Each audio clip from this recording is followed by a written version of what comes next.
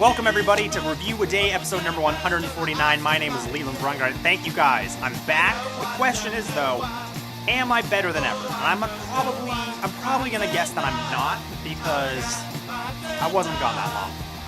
But I'm going to be back doing reviews at least once a week, hopefully.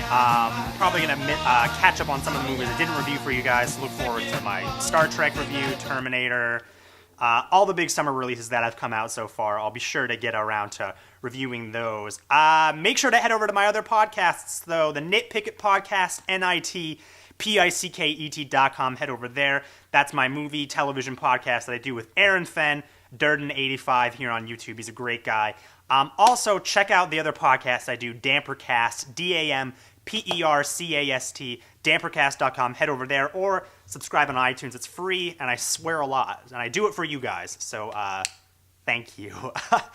The movie I'm reviewing for you guys today is Year One, and this is one of the big summer comedies of the summer.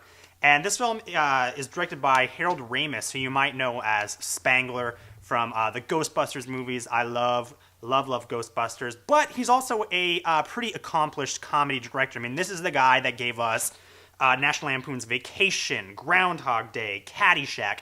He has done some really, really classic films. I know he did Analyze This and Analyze That. Movies I don't love, but he's got some really great films under his belt. This film stars Jack Black, Michael Cera, Oliver Platt, David Cross, tons of cameos from Bill Hader.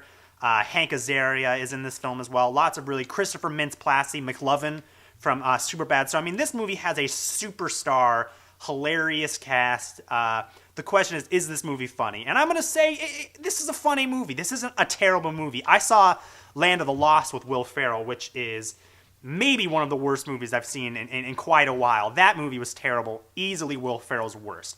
So I came into this film like, hey, at least it's going to be better than Land of the Lost. And it definitely is. Michael Cera and Jack Black in this flick are doing what they've always done in every movie they've ever done. And if you like Michael Cera or Jack Black, I think that you will find things to laugh about in this film. I think you'll... I don't think you'll be disappointed. If you're going into this expecting Jack Black, Michael Cera, and all these comedy guys to be doing something different than what they do, you will be disappointed. And I think the supporting cast is pretty funny. I thought David Cross probably was the funniest person in the film for me. I really liked him as Kane, and he keeps bringing up the fact that he murdered his brother and trying to pin it on other people. I liked him in this film, but I tend to like David Cross in just about anything.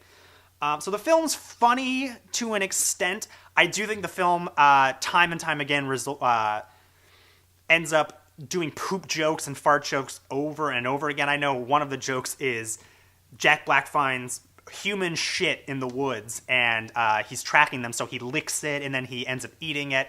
You get the idea, and I think the film ends up doing that a lot. Lots of gross-out humor. There's a scene where Michael Cera has to rub oil into Oliver Platt's hairy stomach. There's just stuff that isn't that funny. It's kind of gross, and it just feels like it's pandering to little kids a lot of the time.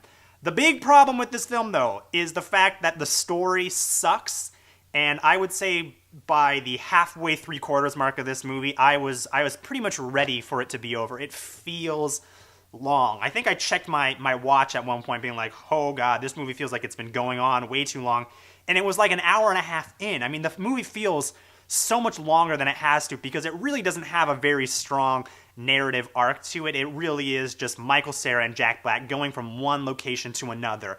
And it's just them being kind of fish out of water, acting like Jack Black and Michael Cera, and kind of the biblical setting.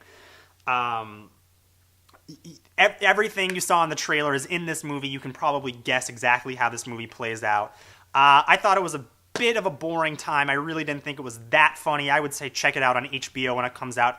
I give Year One a 2 out of 5. At least it isn't as bad as Land of the Lost. Guys, if you like this review, make sure and subscribe, give me some star ratings, and head over to Dampercast and nitpicket.com, links in the side, and I'll see you guys next time.